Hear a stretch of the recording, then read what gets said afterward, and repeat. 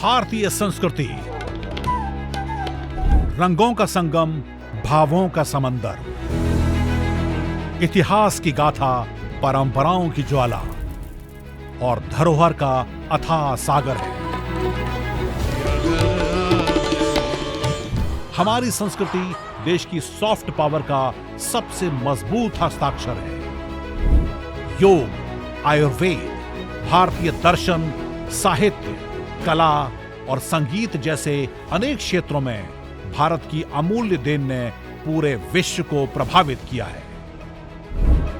इंदिरा गांधी राष्ट्रीय कला केंद्र भारत की इस समृद्ध संस्कृति को दुनिया के सामने लाने का प्रयास कर रहा है।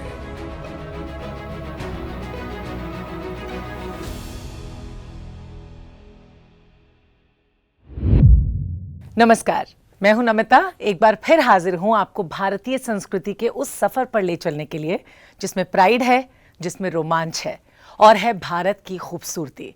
हमारी पहचान हमारे रिच कल्चरल हेरिटेज से है। हमारे देश में बहुत सारी भाषाएं हैं, कलाएं हैं और अलग अलग परंपराएं भी। यही विविधता भारत को खास बनाती है। हमारे लोकगीत, साहित्य और नाटक आज भी हमारी संस्कृति को वाइब्रेंट रखते हैं। यहाँ परंपरा और आधुनिकता साथ साथ चलते हैं। इस खास शो में हम आपको भारत की इसी डाइवर्सिटी के साथ रूबरू करवाते हैं। तो चलिए शुरू करते हैं आज का संस्कृति संवाद का ये खास सफर।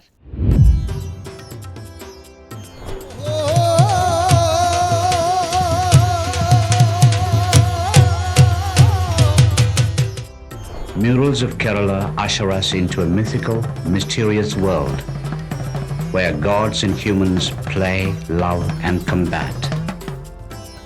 आज जो कुछ भी आप लोग दुनिया से मान सम्मान जो कुछ मिला, अवार्ड्स मिले, प्यार मिला, मोहब्बत मिली, सारी चीजें मिली, सब उनका श्रेय है। एंड्रो गांव इम्फाल ईस्ट नोंगमाई चिंग रेंज की तलहटी में स्थित है, जिसकी विशेषता इसकी विशिष्ट मिट्टी के बर्तनों, देश मादक पिए और एक प्राचीन मंदिर है। इंदिरा गांधी राष्ट्रीय कला केंद्र ने D Y. Patil international university Pune के centre of excellence Indian knowledge system के साथ एक अहम एमओयू किया है।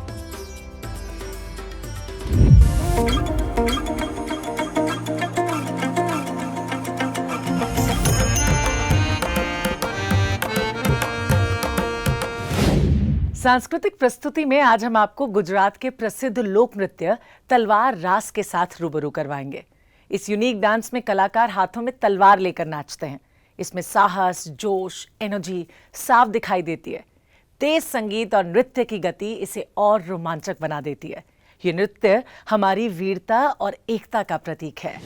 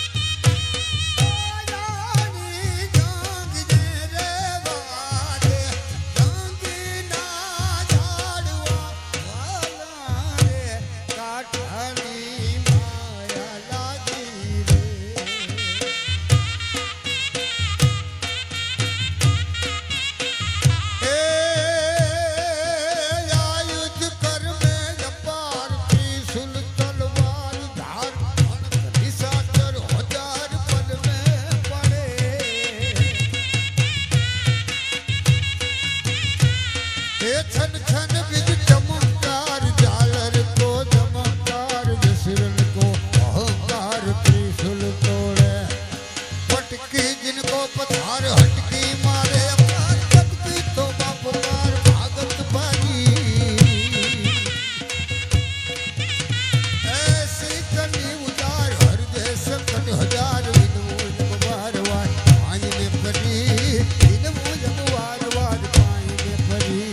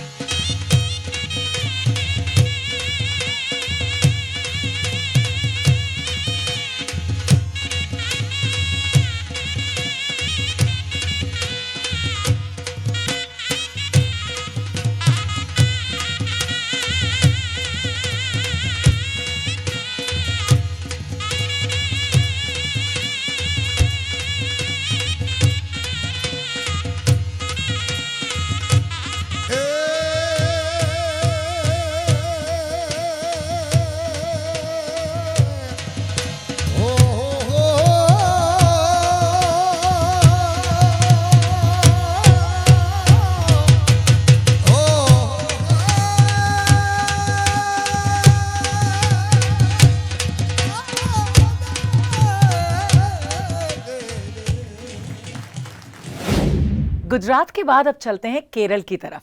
सिने सर्कल में आज हम आपको दिखाने वाले हैं documentary film murals of Kerala.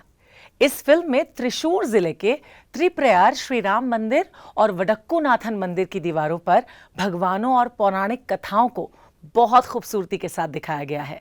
ये चित्र नेचुरल कलर्स के साथ बनाए गए हैं और सालों बाद भी अपनी चमक बरकरार रखे हैं।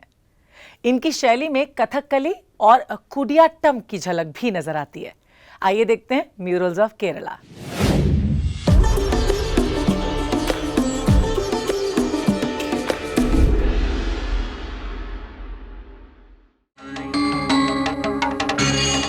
Murals of Kerala usher us into a mythical, mysterious world where gods and humans play, love, and combat.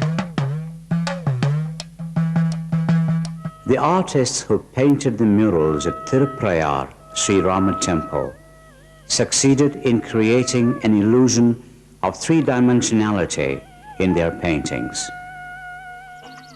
The cluster of shrines at the Vadakkanathan Temple is marked for its fine blend of traditional architecture, wood carvings, and the paintings.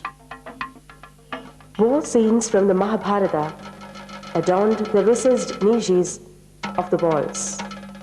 Pandavas and Kauravas engaged in fierce combat. A scene from the battlefield. One can see horses and cavalry. Shiva as Nadaraja, performing the eternal dance witnessed by the divinities and rishis. Krishna as Venugopala. Cows and other animals listen to the enchanting music of Krishna's flute. Krishna in playful dalliance with Gopikas, who eagerly wait for his touch. For the painters who were employed to do the painting, a mural painting was often more a ritual than an art form. Thus, their creativity was initiated in an atmosphere of piety, and they often had to undergo strict austerities before they could start their painting. The Danya slokas, which describe the iconographic attributes of the divinities, are chanted while drawing the images of the divinities. A lot of ritualistic processes go into the preparation of colors as well, and it has helped them to stand the test of time. Ochre is brought from river beds and ground to fine powder. This paste is mixed with water and allowed to settle. The clear solution mixed with the binding medium becomes a paint. The colors are mostly extracted from plants and plant fibers. Panayanarkavu at Mannar enshrines goddess Bhadrakali and Lord Shiva in the same premises. The profusely painted walls here reflect the fierceness of both the deities. These ferocious aspects of the goddess and the stylistic mode of representation, marked by emphasis on circularity, are expertly followed in Dhuli Chitra and murals.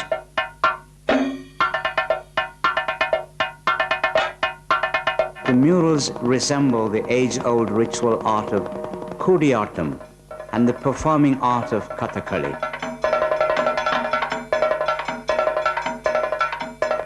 The temple precincts sink in to silence as the daylight gives way to darkness.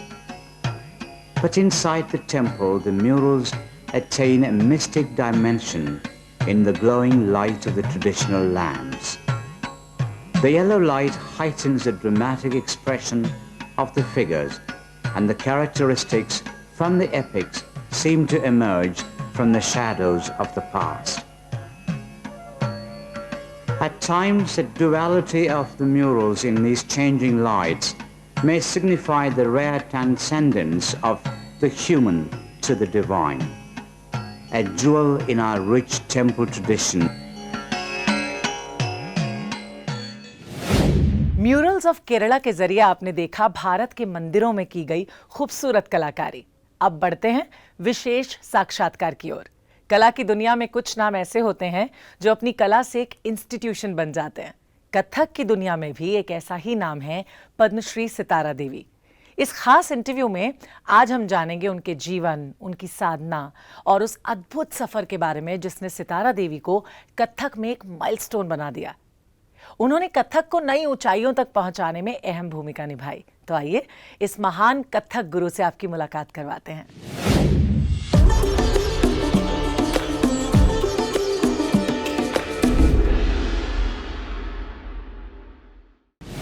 आपका बचपन, आपके पिताश्री का निवास स्थान, वो उसमें से कितनी धाराएं निकली कलाओं की। बिल्कुल सही। तो मैं चाहती हूँ कि आप शायद, अगर आपको ये स्वीकार हो, तो वहीं से शुरू करें बात। आज जो कुछ भी आप लोग दुनिया से मान सम्मान जो कुछ मिला, अवार्ड्स मिले, प्यार मिला, मोहब्बत मिली, सारी चीज़ें मिली, सब उनका श्रेय है, उनका आशीर्वाद है। और उन्होंने बड़ी मेहनत की है, बड़ी मेहनत की। सब पूरे ख़ानदान को उन्होंने कहा कि मेरी माँ से जब शादी करके आए तो बोले कि भाई मैं तो, मेरे पास कुछ नहीं है, मेरा बैंक बैलेंस नहीं है, कुछ नहीं है, मेरे पास जो कुछ है, मेरे पास विद्या है, वो मैं तुम्हारे बच्चों को वही मैं दे सकता हूँ। बनारस में जी कपिला जी पहले ऐसा था, तो वहाँ के जितने भी नर्तक थे लड़कियाँ बन के नाचते थे। तो ये प्रथा तो पहले थी। अभी जो भी रामलीला जितना होता है वहाँ, सीता वो लड़का ही बनता है। सही, बिल्कुल। और लड़कियों को वहाँ बिल्कुल इजाज़त नहीं है। जिस ज़माने में हम सीख पाए वो ज़माना बहुत अच्छा था अभी से। लेकिन सितारा जी, जब आप बनारस से बम्बई गई तो फिर वहाँ तो दूसरी तरह का वातावरण था। बम्बई में ये जैसे भरतनाट्यम, कथक, ये सब कुछ नहीं था, कुछ नहीं था। आज मैं 62 साल की बात कर रही हूँ। मैं आई हूँ 12 साल की उम्र में। कुछ पिक्चर बन रही थी, उषा हरण, तो क्या धार्मिक पिक्चर हम लोग सब बना ही रहे, पहले बहुत बनता था। तो बोले भाई नाच गाना नहीं है, शास्त्रीय गाना तो था महाराष्ट्र का, लेकिन भाई नाच वाच नहीं है, राधा कृष्ण नाचे, वो नाचे, शिव नाचे। तो निरंजन शर्मा थे, वो बनारस के थे। कहे भाई हमने सुना है कि ये सुखदेव महाराज की लड़कियां नाचती हैं, तुम बनारस जाओ, अपने असिस्टेंट को भेजा। अब जाकर पता लगा कि मोहल्ले में देखो, अगर उनमें से कोई लड़की आती तो उसको लेकर आओ, और लड़की छोटी चाहिए, क्योंकि हीरोइन उनकी थी सुल्ताना करके, जुबैदा की बहन, बहुत सुंदर। तो कहे ठीक है। कहीं पहुंच गए वो, तो उस वक्त हम रियाज कर रहे थे, पिताजी नचा रहे थे। तो आए तो बंद हो गया। बम्बई, अरे बाप रे, बम्बई का आदमी आया है। अब पूरे हलचल मच गया। बैठिए बैठिए बैठिए बैठिए, पानी नाश्ता। अरे नहीं आप रहने दीजिए, इस बच्चे को नचाइए ना, हम इसका डांस देखेंगे। खैर पिताजी ने फिर नचाया। कहें देखिए हम किस लिए आए हैं कि हम इस बच्ची को बम्बई ले जाना चाहते हैं, और पिक्चर में ऐसा रोल है कि एक 12-13 साल की लड़की है, हंसती खेलती भागती है, हीरोइन का दिल बहलाती है, नाचती है, उससे मजाक करती है, चंचल लड़की, ऐसा चाहिए मुझको। पिताजी बोले कि ये अभी तो इतनी छोटी तालीम दे रहे हैं, हम इसको सिखा रहे हैं, कहे वहाँ भी तालीम दीजिए, आपको बहुत बड़ा फ्लैट मिलेगा, सब जो भी चाहिए आपको सुविधाएं सब मिलेंगी आपको। तो कहे ठीक है। तो नंदा दीदी ये लोग सब जवान जवान थे, कहे आपकी बेटियां इन लोगों को भी ले चलिए, तो हीरोइनें बन जाएंगी जाते ही। तो हम लोग सब आ गए, फ्लैट में रहने लगे, और गाने में उन्होंने सिद्धेश्वरी बाई को बुलाया, क्लासिकल। हाँ, मुझे याद है। पूछा पिताजी से कि यहाँ, कहे कि अभी यंग में तो सिद्धेश्वरी बाई हैं, आप जाइए दाल की मंडी, वहाँ पर उनका मुजरा होता है। तो वहाँ गए, फिर उनको बुक किया। पूरे बम्बई में हल्ला हो गया कि ये कौन सा नाच है, ये लड़की नाचती है, फिर ओपेरा हाउस में प्रोग्राम देखने आए, वहाँ नाचे। कहीं ये तो नाच बिल्कुल अलग लगता है, क्या कहा है, हम लोगों ने नहीं देखा।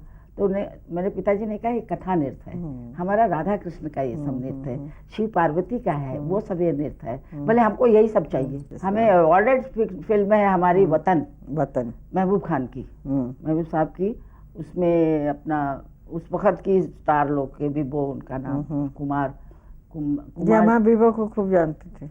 विभो का आप जानती हैं, हाई पाकिस्तान, कुमार जो पूरन भगत में काम किए थे, सुपरस्टार, वो हीरो थे। एक माया बनर्जी थी लड़की, वो थी, मैं थी उसमें। तो तीन हीरोइनें थी, मैं उस वक्त 14 साल की थी उस पिक्चर में। तो बेस्ट एक्टिंग का मुझे अवार्ड मिला है, अभी रखा हुआ है अवार्ड, बहुत और बढ़िया। सोने का अवार्ड, सोने का वो सोना 22 रुपए तोला था, 12 ग्राम। तो सोने का अवार्ड मिलता था। फिर महबूब खान की दूसरी पिक्चर उनकी अपनी बनी नजमा, उसमें बेस्ट एक्टिंग अवार्ड मुझे मिला। 2 पिक्चरों में मुझे एक्टिंग अवार्ड मिला।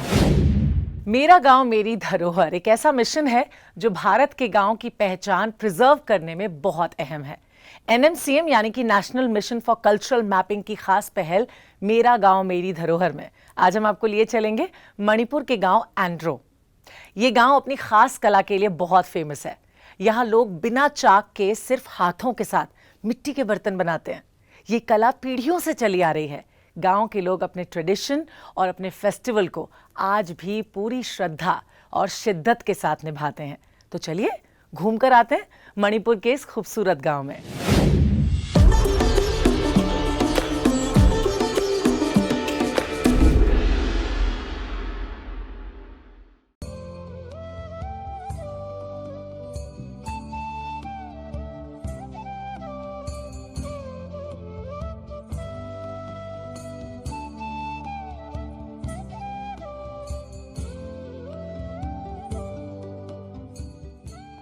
एंड्रो गांव इम्फाल ईस्ट नोंगमाई चिंग रेंज की तलहटी में स्थित है, जिसकी विशेषता इसकी विशिष्ट मिट्टी के बर्तनों, देश मादक पेय और एक प्राचीन मंदिर है।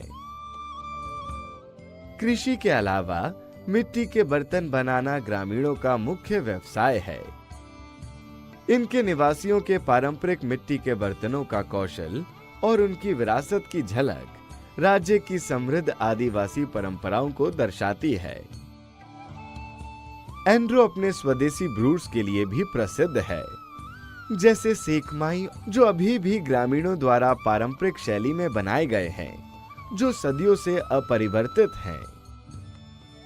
मणिपुर के सबसे प्रसिद्ध त्योहारों में से एक चिरा ओबा मार्च और अप्रैल के बीच मनाया जाता है। इसे मणिपुर में वसंत महोत्सव के रूप में भी जाना जाता है। उत्सव के दौरान क्षेत्रीय देवी सनहमी की पूजा की जाती है। लाई हराओबा प्राचीन काल से मनाए जाने वाला मेतेई लोगों का एक अनुष्ठानिक त्योहार है। ये त्योहार अप्रैल और मई के महीने में मनाया जाता है। ये धार्मिक पाठ, पारंपरिक संगीत और नृत्य और प्राचीन सांस्कृतिक पहलुओं का संयोजन है। तो आज का ये सांस्कृतिक सफर बस इतना ही। हमारी पूरी कोशिश रहती है कि इस प्रोग्राम के जरिए अपने कल्चर, अपनी परंपराओं और हेरिटेज को हम आप तक पहुंचा सकें। इसमें हमें आपका साथ भी चाहिए। अगर आपके गांव या शहर में कोई ऐसा यूनिक ट्रेडिशन है, कोई लोक कला है, कोई फेस्टिवल या फिर कल्चरल हेरिटेज मौजूद है, तो उसकी फोटो या वीडियो आप अपने नाम के साथ हमें इस ईमेल आईडी पे भेजिए जो नीचे मेंशन किया हुआ है।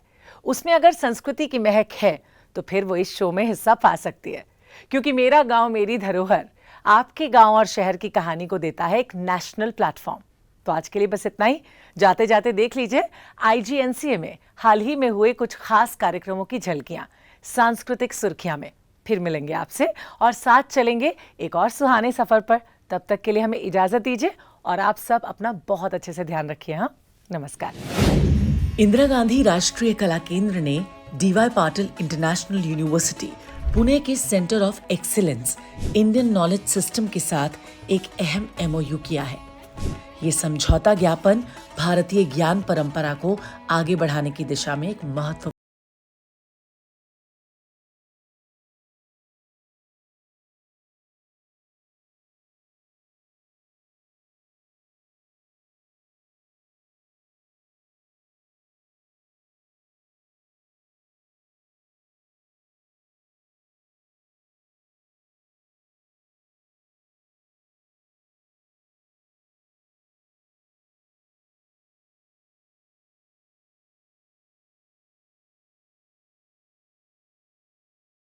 and I knew him for various reasons.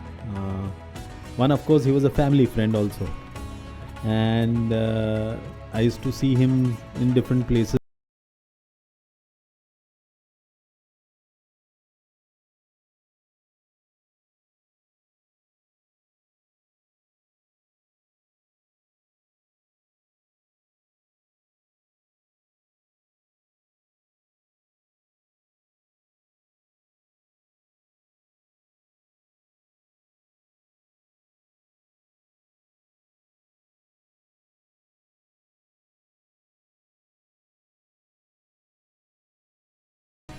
ये आयोजन कला और समाज के हाशिए पर मौजूद कहानियों को समझने और उन्हें एक नई दृष्टि से देखने का महत्वपूर्ण मंच बना।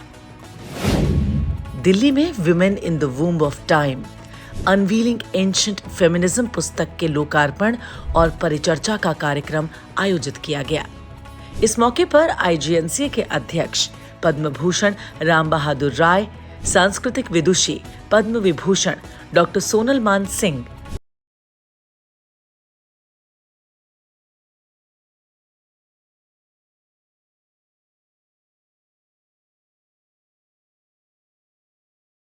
ने प्राचीन भारतीय ग्रंथों में निहित महिला विमर्श को सामने लाने का प्रयास किया।